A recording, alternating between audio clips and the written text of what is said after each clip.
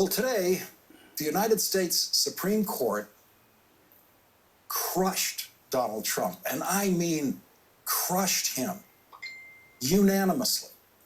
All three of the Trump-appointed justices joined their 6 colleagues to deliver Donald Trump the most legally insulting possible response to a Trump lawsuit brought to the Supreme Court that itself was an insult to the intelligence of every member of the court.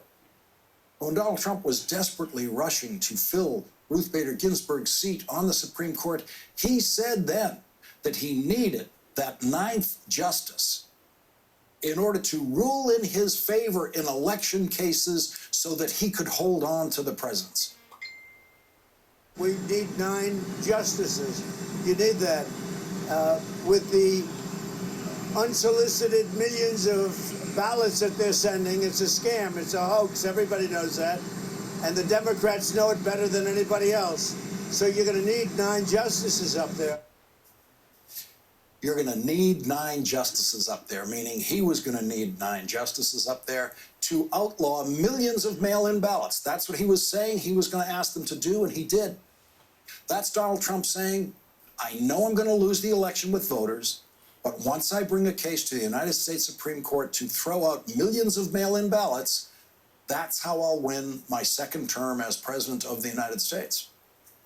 Donald Trump planned to do that. Donald Trump thought it was in the bag because he put 3 of those justices on the Supreme Court. Today, the United States Supreme Court refused to even hear or consider a case brought to invalidate millions of mail-in ballots in Pennsylvania. Donald Trump was expecting his United States Supreme Court to issue an historic opinion invalidating Pennsylvania's mail-in ballots, and instead,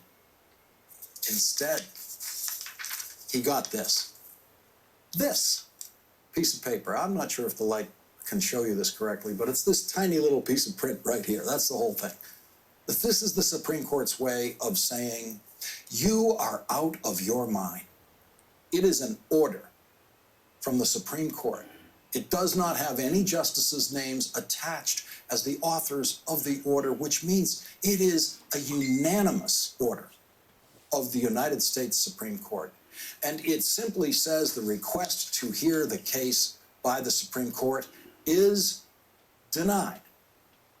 They don't even bother to give a reason for the denial because the case itself is so preposterous, so insulting to them, that anyone would try to bring such a case to the Supreme Court. Denied. 2 hours before the Supreme Court issued that denial to hear Donald Trump's case about Pennsylvania ballots, Donald Trump publicly called on the Supreme Court to save him. Let's see whether or not somebody has the courage, whether it's a legislator or legislatures, or whether it's a justice of the Supreme Court or a number of justices of the Supreme Court. Let's see if they have the courage to do what everybody in this country knows is right.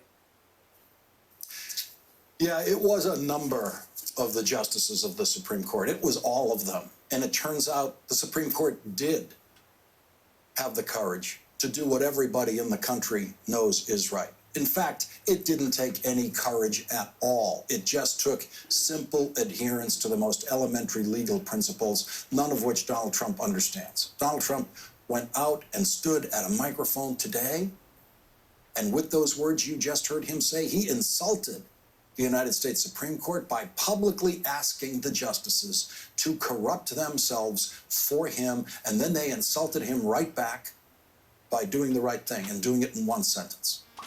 And this insult exchange between Donald Trump and the Supreme Court, including the Supreme Court justices who Donald Trump thinks he owns, occurred on Safe Harbor Day. Happy Safe Harbor Day.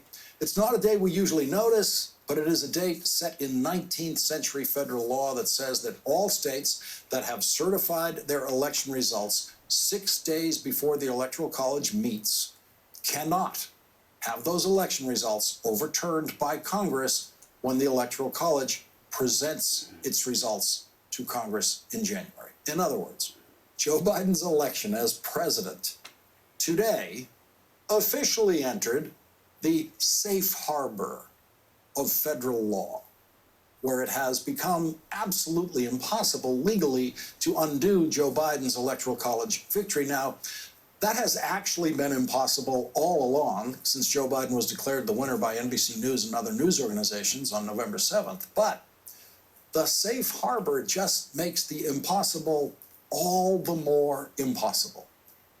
The lawyer who was leading the charge in Donald Trump's frivolous lawsuit attacks on the election spent Safe Harbor Day in the hospital being treated for COVID-19. Perhaps in his hospital bed, someone read to Rudy Giuliani the one-sentence unanimous order by the United States Supreme Court, not just denying Rudy Giuliani's claims, but in the court's circumspect way, essentially calling everything Rudy Giuliani has been up to utterly insane.